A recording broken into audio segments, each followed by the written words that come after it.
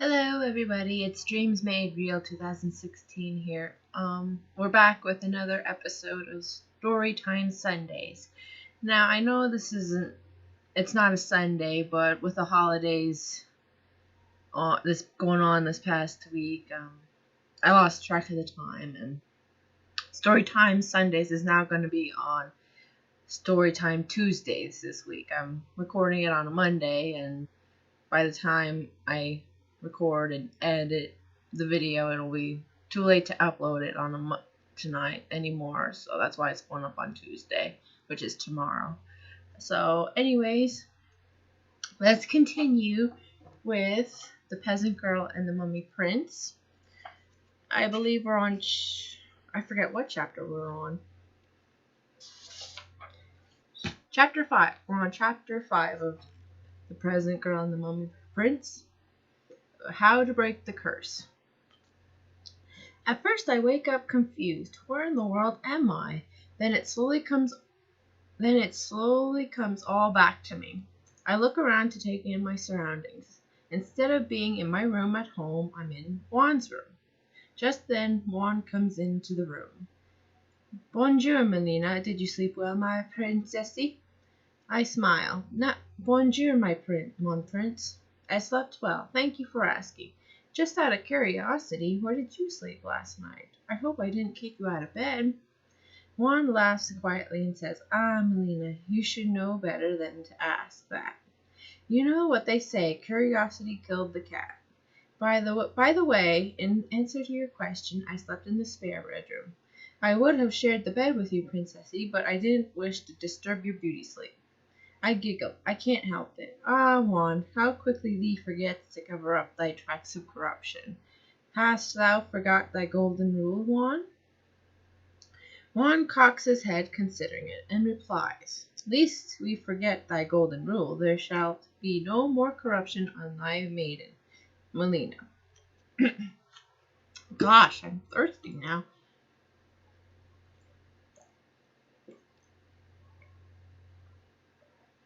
It was just that little page and got really thirsty.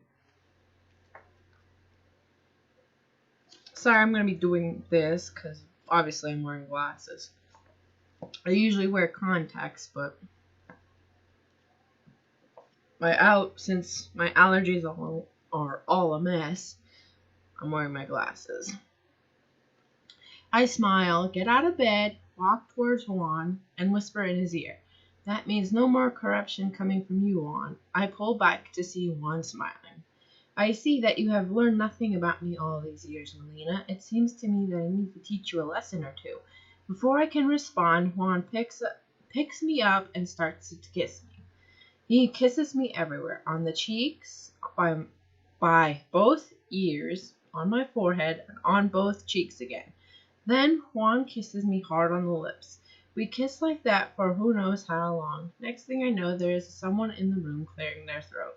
Juan sets me down. I look over Juan and I blush to see Jocelyn waiting in the doorway. Well, I see that Juan already said bonjour to you, Melina, but if I can have the chance to say good morning while it's still morning, I would appreciate it. I blush again, and Jocelyn laughs. It's okay, Melina. It's nice to know that you don't completely hate us, and you've forgiven Juan. Bonjour, Jocelyn. I was just trying to forget something unstuck from Juan's throat. Jocelyn raises an eyebrow. Thankfully, all she says is, breakfast is ready then, out on the back indoor porch. Merci, Jocelyn. Since when do you guys have an indoor porch? Jocelyn laughs and leaves the room without saying another word. I look at Juan and he's smiling. What was that all about? I ask Juan when he doesn't say anything. Melina, how quickly does thee forget? I'm thinking over what he just said when the answer comes to me. Oh, silly me. I forgot that the house is more of a castle now. Juan grabs a hold of my hand and presses a kiss on my palm. It's okay, Melina. You're not yet used to the place being this way. Now, come with me. We have a lot to talk about over our breakfast date. You mean we're going to be alone? I stuttered. I have no idea why, but all of a sudden I feel really nervous. As Juan looks at my face, a puzzled expression comes upon his deadened face. What's the matter, my princess? Don't you want to eat with me? I thought a couple usually had a meal together as a first date. Yes, people usually do that. Yes, people usually do that. But the truth is, Juan, I can't dine with you this morning because my parents are probably frantic about me since I didn't come home last night. Understanding lights it up in Juan's eyes. If that is the only reason why you won't join me, don't worry about it. I asked my mother to call them last night and explain things to them. Now will you like to join me for breakfast, Melina? Why does he have to ask me that way? He knows how to get his way with me every time he wants something from me. I can only refuse him for a very short period of time, and he knows it too.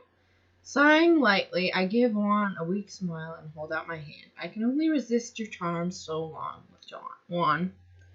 Juan gives me my favorite crooked smile and takes my hand. I know. Why do you think I keep after you? I just shake my head instead of answering, and Juan leads me to the back porch. Once we get there, my eyes bug out at the sight before us. There are trays upon trays of food set on 4 or 5 different tables.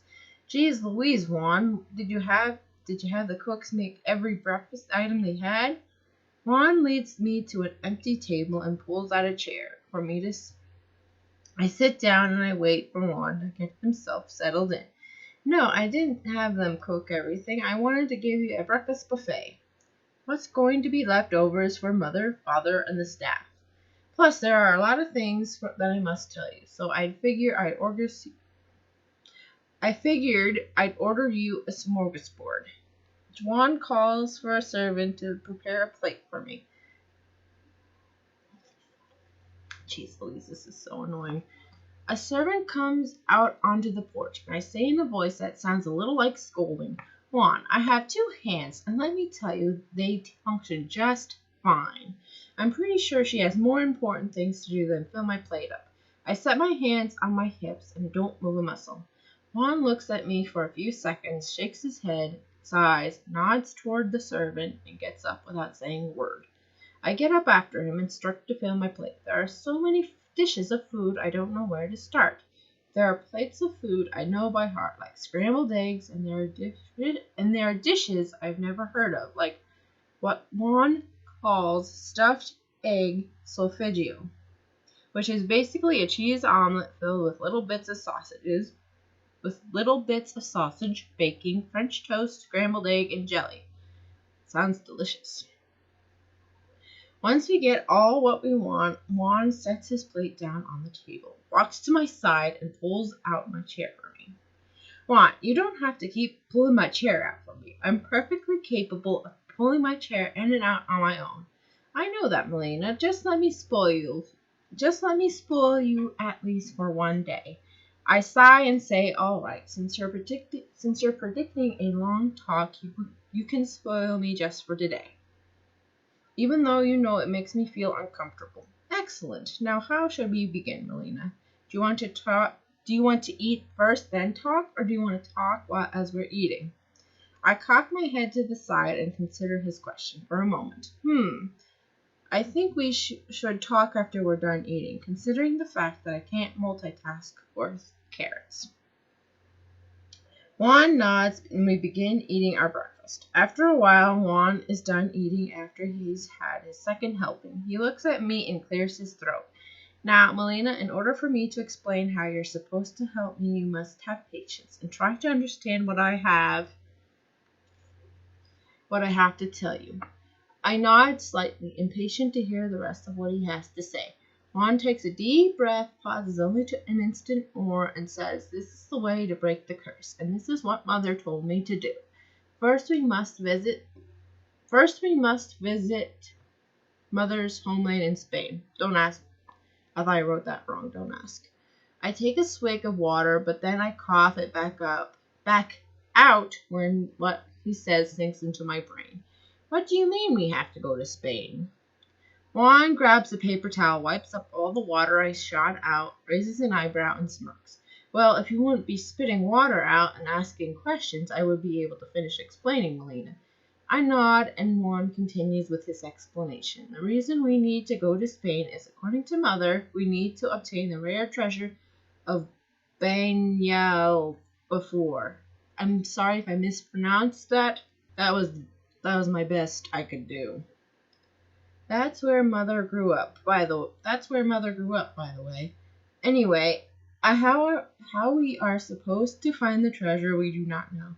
All Mother could find out from Hilmont is that we have to seek the rarest gem of Spain. That is the treasure we have to seek.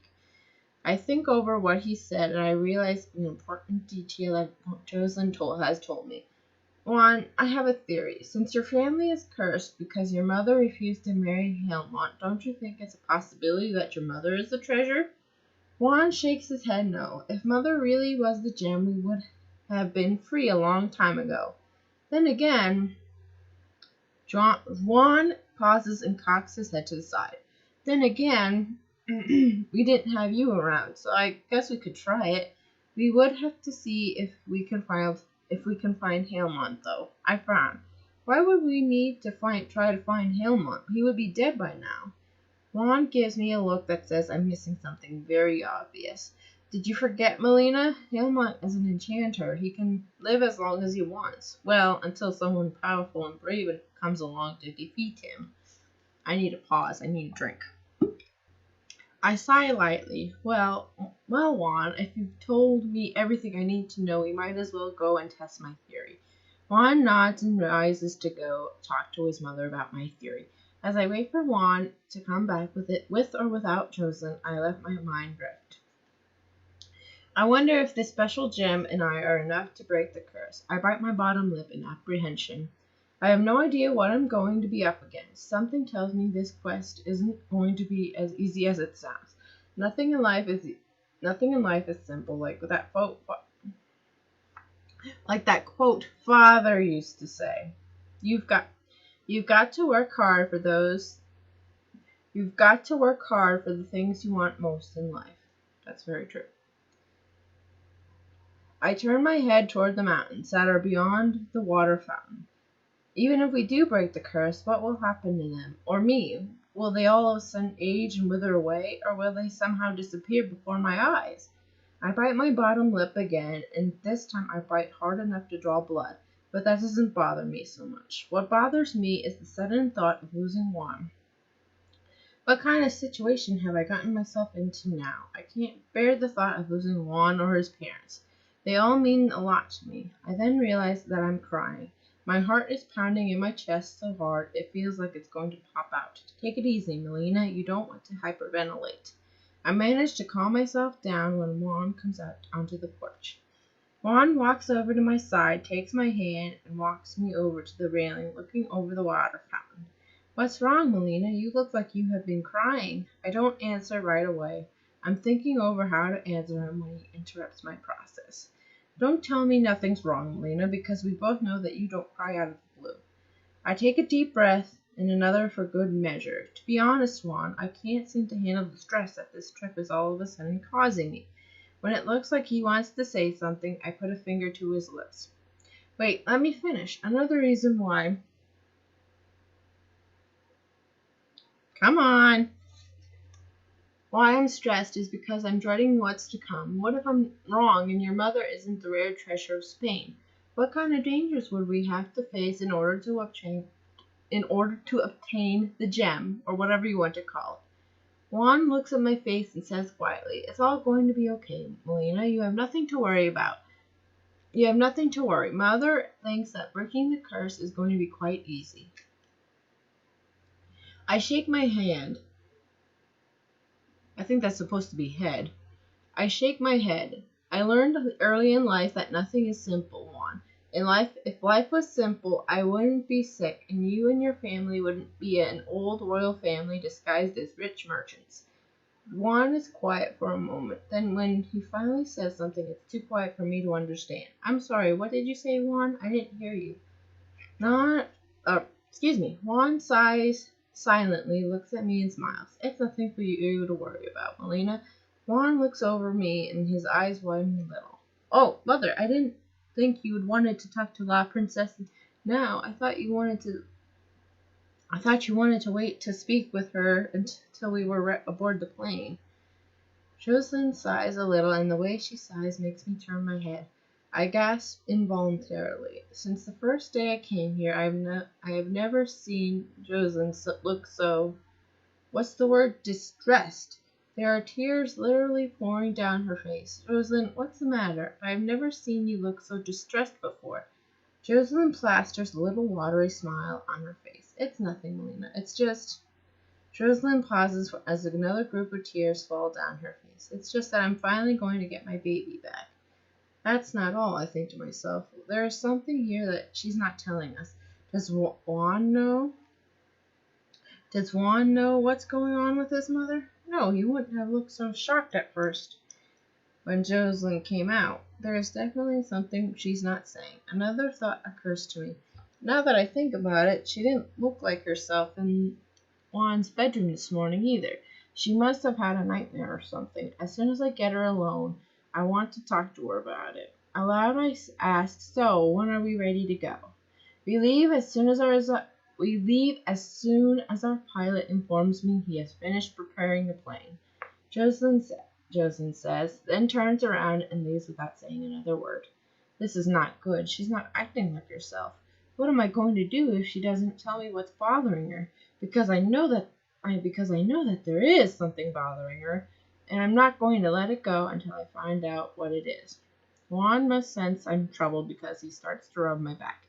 Everything is going to be okay, Melina. I turn to look up at him. I hope so, Juan, because I don't know what I'd do if your mother doesn't start acting her normal bubbly self. As Juan continues to soothe my nerves, I'm trying to content myself with the thought that everything is going to turn out okay in the end. Then one of the servants comes out, curtsies toward Juan, and says the words that fill me with dread and tension. They're ready to depart now. Chapter 6. Our Way to Destiny. Juan says it will take us approximately 2 hours to get to our plane, so he tells me to relax. Yeah, that's like trying to tell an OCD person who bites their nails all the time to stop. All through the drive, I keep thinking about Jocelyn. When we finally get to their plane, my eyes bug out at the design. It's a design of some kind of eagle. What's the story on the design? I asked Jocelyn. Jocelyn looks over at me, then turns to look forward again. Many years ago in Spain, the short-toed eagle lived among the people. They helped the villagers survive by showing them the best places to hunt and look for fresh water. Then one day, a group of poachers terrorized the land and started killing off all the eagles. The poachers nearly killed all the birds to the point of extinction. One day, a villager stood up to the group of poachers. You have no right invading our lands, killing off innocent animals for profit, stealing our only way for survival, he said. The poachers looked at the villager who dared to interfere. What business do you have of telling us what to do? One of the men from the group asked. I am Chief Maruk, and your killing is destroying our way of life. Without the short-toed eagle to guide us, my people will not survive. You see, they not only help us provide food and water, but they also bring us good luck. We do not grow sick, and we do not grow old. What do you mean you don't grow old? How is that even possible for a bird to do that? The man yelled at Maruk. The birds, they are a very rare breed. They possess powers neither you nor I understand. They heal, give youth, and provide eyesight. You kill them all will be gone from Mother Earth. They can never reproduce and grow more eagles. There we go. It will be as if they never lived, never breathed, never existed. So you see, that is why it's important to not kill off the entire population. You kill them all, will have no choice but to wither and die. Then what will become of our future children and so on? Why don't we find out? The man suggested. He raises his gun to a group of eagles. To give it a rest, Jensen. The boss isn't going to like it if we kill all the birds, one of his men says. The man Jensen lowered his gun. Then one by one the poachers began to leave, and that was the last time the villagers ever saw poachers invade their lands again. Pretty soon the short-toed eagles began to grow in population. In honor of the bird, people started doing paintings of them. Jocelyn looks over at me and smiles a little. That, Melina, concludes the story of the short-toed eagle. Jocelyn, that still doesn't explain why you have the design on your plane. Jocelyn sighs a little, then looks over at me. Melina, Chief Maruk was my great-great-grandfather. That symbol has been passed down through the family and to remind us that every living thing needs to be treated with respect. I ponder over what she said. Well, I guess that makes sense. I mean, I'm a living thing and I like to be treated with respect. We load our luggage and go board the plane. Jocelyn walks down the aisle until she finds a seat that looks like it's in the middle. She selects the right side and sits in the window seat. Juan and I sit across from her. Juan lets me have the window seats because he knows I will want to look out the window as much as possible. As soon as I sit down, a stewardess approaches me and asks if I would like something to eat or drink. I shake my head no, and I look out the window. Juan sits alongside me quietly until he can't stand the silence anymore. He clears his throat and says, "What's wrong, Melina? You haven't said 2 words to me since we left the house, and I want to know why." I turn my head toward Juan. I see that Jocelyn is no longer in her seat across from us, and I use this opportunity to talk to Juan about his mother. I'm just concerned about your mother, Juan. She's not acting her usual perky self. I know there's something wrong, but I just don't know what. I wish she'd tell me.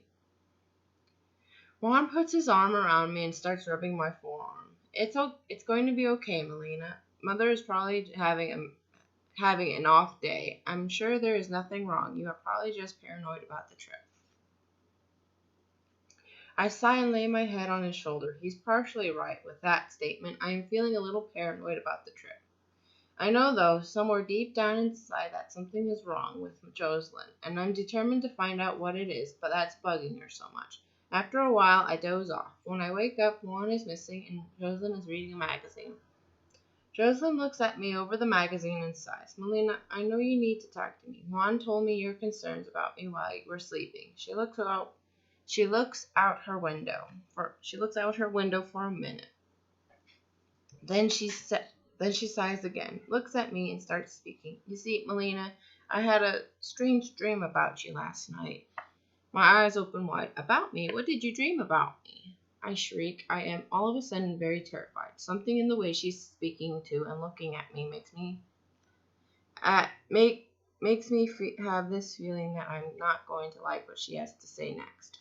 Jocelyn sighs, looks away for a moment, then slowly lifts her head to look at me with tears in her eyes. Oh, Melina, it's just that Helmont found out about you. He knows you are helping us break the curse, and he has plans for you, Melina, and I mean terrible plans. I shriek a little, and I put my head in my hands. I was hoping he was no longer alive. I look back at Jocelyn. What does he want with me? Jocelyn's tears are streaming down her face at this point. Let's just say Helmont wishes to seek you as his Jenny Marie. I doubt I'm pronouncing that right. I don't wish to repeat all he said to me, but that was the gist of what he was telling me in my dream. I start crying. I knew he was still alive. I learned a long time ago to rely on my instincts. Somewhere deep down, I know Helmont is waiting and watching for us. At that moment, Juan comes from out of nowhere, puts me on his lap, and starts massaging my back. Quel est le problème, ma princess? What's wrong, my princess? As soon as Juan starts to rub my back, I instantly feel soothed. I rub my eyes to get rid of the wetness from my cheeks, and I look up to Juan. Oh, Juan, it's just that Helmont found out about me. I feel Juan tense up, and he tells me to go on. Your mother told me before you came back. She said that in her dream, Helmont contacted her and told her that she knows I'm helping you to break the curse and that he's waiting and watching for our arrival.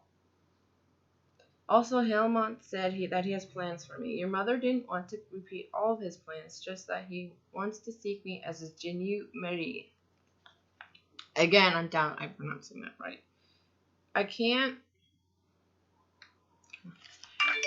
I can't explain what happens next. One moment I'm sitting on Juan's lap, and the next moment I'm tossed into the seat next to Jocelyn. Juan, quel était si propos? Il n'y avait aucun a bunch of more gibberish. I rubbed Jocelyn's arm up and down to soothe her. It's okay, Jocelyn. Juan didn't mean to throw me like that. Even if he did mean to do that, he should know better than that by now. Jocelyn giggles. Get some rest, Melina. We'll be in Spain soon. I walk back over to my seat and wait for Juan to take his seat and snuggle on Juan's shoulder. Right before I fall asleep, I hear Juan whisper, I won't let him take you, Melly. You belong to me. After that, I fall asleep. Alright, that'll be it for this week's episode of Storytime Sundays. We will be back next week with Chapter 7, Time to Find Out. Alright, I'll see you then. Bye!